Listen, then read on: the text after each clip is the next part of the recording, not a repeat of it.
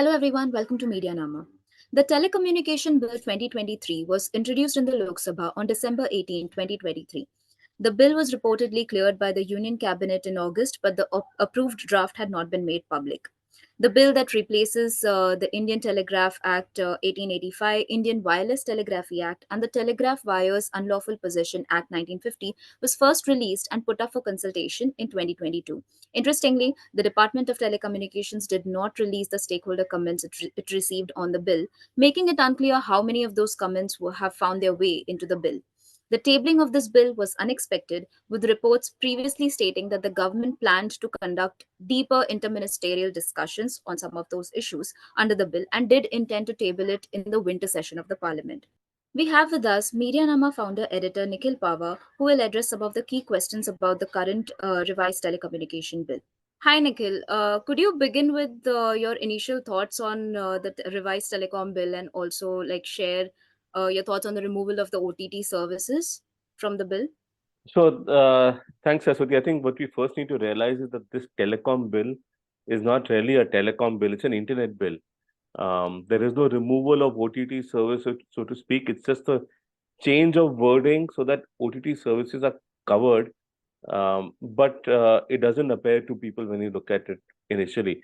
And I'll explain how. By the way, for those who don't know, OTT basically means over the top when it comes to telecom. And so this is talking about internet services and how internet services are basically being treated as telecom services, which telecom providers operate. And the telecom operators have been lobbying for this for a while now, because they're saying that, let's say we provide messaging services, we provide, calling services, and now there's online messaging, which is not under a license. They don't have to pay, share of the revenue to the government, etc., etc. So they've been complaining about these things for a while. And so the outcome of all of that lobbying that they have done is that the government has basically said that all internet services are telecom services, but they've done it in a very crafty manner. And I'll explain how, because it's not that they're ignorant, right? So when when they'd done a public consultation last year on the telecom bill, they had covered, specifically mentioned broadcast and data transfer services, and including cloud and everything. It was it was the slight specificity in that definition, and that specificity is now being removed, and it's so broad and general that it covers everything. So there are some people who are looking at the definition of uh, telecommunication services and saying this is all about telecom, right? So telecommunication services means any service for telecom or for telecommunication. So that's a recursive definition. It means nothing. But then, what is telecommunication? So, according to this bill, and I'll just read this out here, telecommunication means transmission, emission, reception of any messages by wire, radio, optical, or other electromagnetic systems, whether or not such messages have been rearranged, subject to rearrangement, computation, or otherwise processed by any means in the course of the transmission, emission, or reception. Now, I know that's a mouthful, but it's basically saying any messages sent over electronic communication means is a telecommunication service. Is telecommunication. Now, what does that mean? We have to look at the definition of messaging. Messaging means any signal, any sign, signal, writing, text, image, sound, video, data stream, intelligence, or information sent through telecommunication, which could mean anything on the internet, right? And email is writing sent or text sent through telecommunication. This video being streamed on YouTube is a message being sent through telecommunication. Any cloud service that transfers data from one place to the other is basically sending, audio, video, text, sound, whatever data stream through telecommunication. So the definition is so broad that it covers everything under the sun. I know, sorry, my light's flickering a bit, so this might seem a bit weird to everyone, but ignore that. Listen to me. So the definition is so broad that it really is just pointless to that this, to call it a telecommunications bill, instead of calling it like an internet regulation bill. And it's not like the internet isn't regulated already. It is already regulated. Um, it's just that this is almost like there's a transfer taking place from the DOT to the TR, which is the Department of, sorry, from the Ministry of Electronics and Information Technology to the Department of Telecom, because of the way this bill is shaped.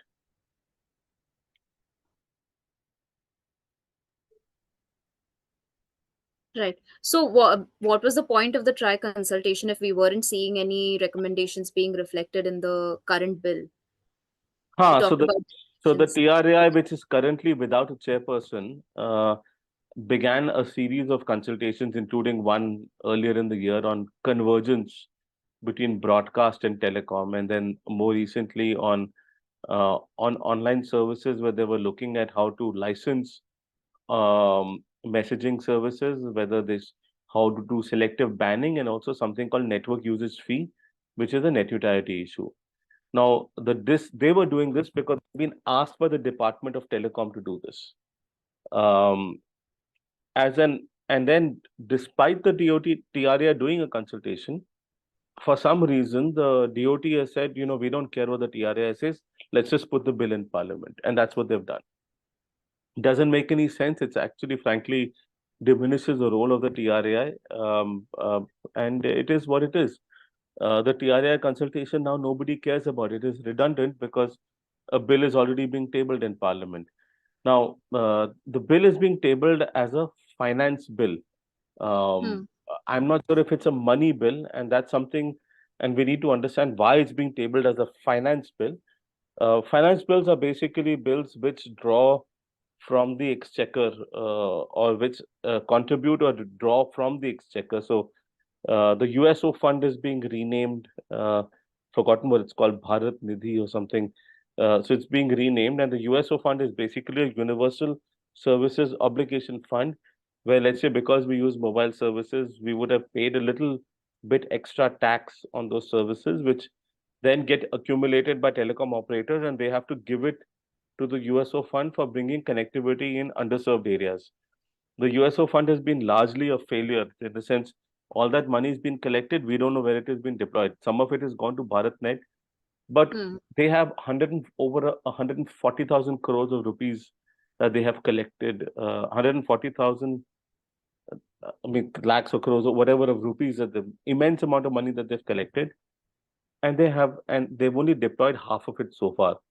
So half of it is not even deployed. But now what happens is this um, USO fund becomes applicable to the internet as well, effectively. So, but there is a more worrying aspect of this bill, which is this idea of authorization. So there was some worry in the last telecom bill that there would be a licensing framework for the internet, and that might sound ridiculous, but now there's an authorization framework, which is basically licensing in another name. Just because you're not signing up for a long license, it just still becomes a whitelist, as in you have to be allowed by the government of India to provide a service. So that means that, let's say if someone's starting a unique email service, right? Let's call it Pink Email or something, right?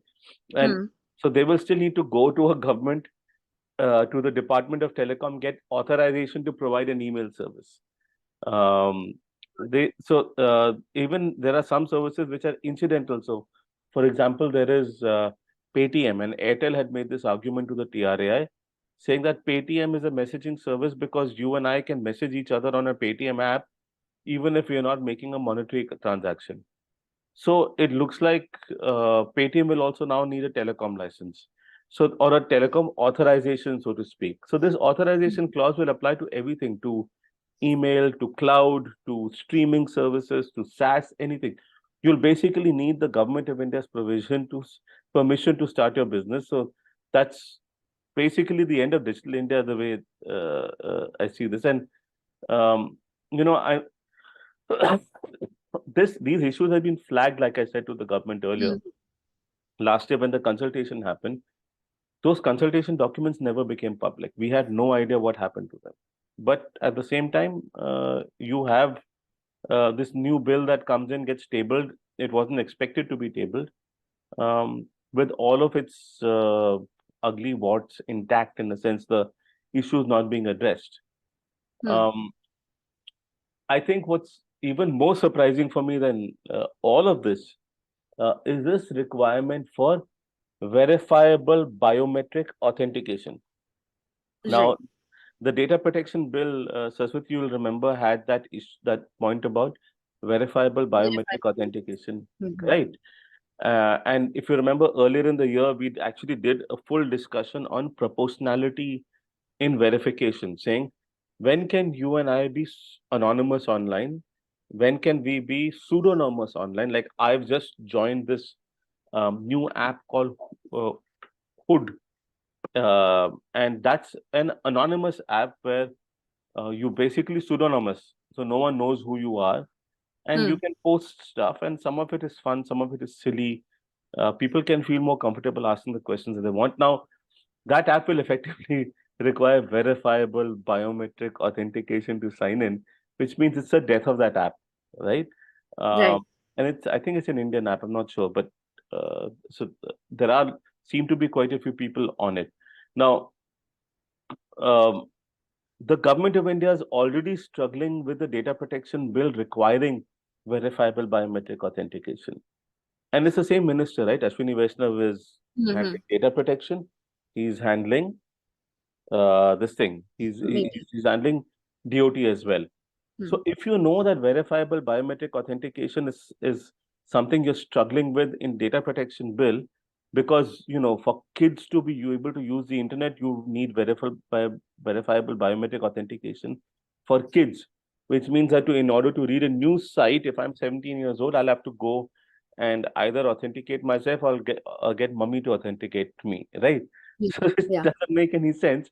Now you want verifiable biometric authentication to use email. You wanted to use WhatsApp. And let's not forget, there are many people who want like biometric authentication for WhatsApp, right? So I remember Vineet Goenka, who's with the BJP many years ago. He's spoken at a few MediaNama events also. He would repeatedly talk about that social media users need to be authenticated. Manish Tiwari, the former INB minister who's with the Congress, in his dissent note to the data protection bill, said social media users ought to be verified.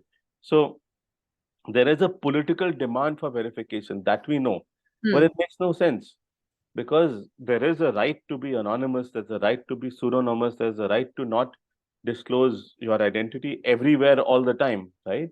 And then be data to be collected around that profile. We have the right to do that. But here now they're saying that all of these services, which are messaging services, which basically is everything under the sun, will require verifiable biometric authentication. It is what it is. I just think it's a really, really bad idea. Another one that is we were expecting this is around surveillance. So there's surveillance for public safety and prevention of incitement to the commission of an so for prevention of incitement to the commission of an offense, which means to prevent someone from Hmm. inciting the commission of an offense, you will do surveillance. So the government can ask for messages or a class of messages to be surveilled, or a set of users or a class of users. Now, I don't know what a class of messages is. Hmm. I don't know what a class of users is. Will they like give a demographic profile and say, I want to surveil everyone from the age of 26 to 34 in, let's say, Vidarbha, right? Will they do that? I don't know. So, uh, I Sorry, yeah, go on. I'll ask my question later. no, no, go ahead. I had a question here since you talked about public order and surveillance of messages. Huh. How will this impact the way internet shutdowns are currently operating? Because that was again a contention when the previous telecom bill was, No, when they had presented that. so they will then do mass surveillance, right? And there is a Supreme Court case going on because the amendment to the IT rules, which said that they need to be able to break into an encryption, government. and WhatsApp has gone to court challenging those rules as unconstitutional because they're not backed by law. So this will actually validate that those rules are backed by law for one. That's one part of it. But basically, the ability to intercept all messaging. Now, we know for a fact that all regular calling and messaging is already intercepted. It is, there's a centralized monitoring system, which which the government can, through an internal government order, ask for interception of any individual. And I think Right. someone had done a story or filed an RTI that about 300 orders per day were being issued, or 3,000 orders per day were being issued. Maybe a few years ago, we don't know how big that is now. So there are a large number of people under surveillance for regular phone calls right now and messaging, Hmm. which is what led to the shift to private messaging, which is also what has led to governments and allegedly the government of India using Pegasus and Predator for surveilling phones of members of parliament, etc., right? And also journalists, of course. So there is a need for surveillance, and they're not able to surveil on end-to-end encrypted platforms, which is why there is this thing about let's license these platforms. So which means that Signal might not get an authorization to operate in India. Exactly. And if WhatsApp wants authorization, then they'll have to give lawful interception. And that lawful interception is so broad because it could be for the purpose of prevention of incitement to the commission of an offense, right? Right. Which is so broad it could mean anything. But also, national security is a regularly used clause and it's not defined in law. So uh, it's important to remember this can also apply to email. This can also apply to any SaaS service. It can apply to pretty much all messaging related services online. And we don't know what they will sort of use to get data or to get access to messages from whom. So, so this is, and the word public safety is very broad. Incitement to violence, prevention of incitement of an offense is again a very broad thing. How do you know someone's going to do what they're going to do? So it's so broad that it can be used at any point in time, any justification, and this is not a court order. This is not a judge sitting and validating that, saying, hey, this looks like there's a history about this person. There is a history of, let's say, having committed crimes. There's a potential to commit crimes. Let's surveil. No, this is a journalist reporting on a story, right? And therefore, in the interest of public order, because a story might create public outcry or might create Yeah. public disorder, you could surveil them. So we don't know uh, because it's all shrouded in and under national security, and it's not accessible to the public. There's no accountability. So it is the underpinning as such of a surveillance state. Um, Now, what's also interesting over here is that this thing about the last one that I found very curious, and I've not seen this before in a law, is that the government can take over an online service. And I'm saying online service because the way messaging is defined for national security, friendly relations with foreign states, or in the event of a war. Now, this is slightly familiar because if you look at China's intelligence law, it also allows the government of China to basically commandeer an internet company in the interest of their national security. So one of the reasons, and I felt one of the reasons for justifying the ban on TikTok was exactly this. So why would any government allow any Indian app globally? Because if they can be taken over by the government of India. I think there hasn't been, this is a clause that I think wasn't there in the previous version of this bill, and it's deeply worrying. And it's because of the broad definition of telecommunication that it exists, right? So saying that you'll take over a telecom operator is very different from saying that you will take over an online service. Or company. Because an operator is a licensed entity, it's a restricted framework. This is not. And so it says very clearly that they can take, and I'll read it out, taking over the control and management of, or suspending the operation of, or entrusting any authority of the central government to manage any or all of any telecommunication services or any telecommunication network or part thereof connected with such telecommunication service. So it's so broad, they can take over anything. So basically, what we're dealing with here is that all internet services, that's messaging, email, cloud, video, SaaS, will be telecom services regulated by DOT, requiring government authorization to function, mandating verifiable biometric authentication for users, available for surveillance through interception, and can be taken over by the government if there's a national security issue. I think basically you can say goodbye to digital India Yeah, when it comes to this. or any kind of independence for that.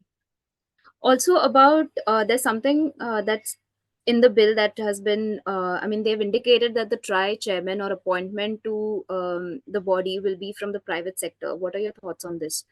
I And think it could be public or private sector. I don't think it specifically says should be private. It can be private sector. That's not a bad idea because what you then get is a great degree of um, competence about the functioning of the telecom industry, which has already been struggling. But there is one aspect that we've seen globally, where regulators have basically come in with a telecom operator background.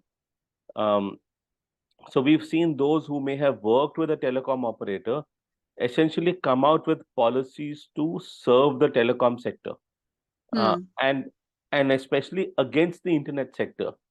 So a private appointment of a private person who may have been in the employment of a telecom operator may not necessarily be neutral, may not necessarily be uh, cognizant of or appreciative of the concerns of the internet sector or of internet consumers. That's if you take the network usage fee issue, that's one of the things that so many people involved Yeah. in in sort of deploying the network usage fee narrative, Hmm. even from a regulatory standpoint, have worked with telecom operators in the past. And so this is basically then the telecom operators can plant their person in the TRA, which I think is a bad idea. We've had some great TRA chairmen in the past. R.S. Sharma is one that I can think of, um, who was deeply knowledgeable of the telecom ecosystem and of the internet ecosystem. And therefore, he took calls in order to further the growth of digital India. Um, and I'm not saying telecom is not important, but these are licensed capex heavy, low profit, typically businesses globally because Hmm. they operate at a scale where their profit margins might be lower. But in India, they actually operate on very high profit margins. And in fact, because the consolidation in the industry, some of the operators, like their revenues have grown 5x, 6x. Their their profit margins, I think, were like 40 to 50% EBITDA margins, which is absolutely fantastic for an infrastructure sector. Um, and so, uh, you know, there is no need to protect the telecom sector right now. Yes, there have Hmm. been bad government policies, especially with respect to AGR and retrospective taxation that need to be reversed. Yes, some of the encumbrances on the telecom sector need to be relaxed, and those wheels are already in motion. Hmm. A telecom person coming into the TRI will invariably bring in a telecom sensitivity and an anti-internet sensitivity is what I'm worried about. And I Right. don't like that situation because there are some many very, very powerful sort of telecom operator lobbies in this country. And if they're able to, impose upon the government or nudge the government to appoint one of their people, that's not good for digital India. Right.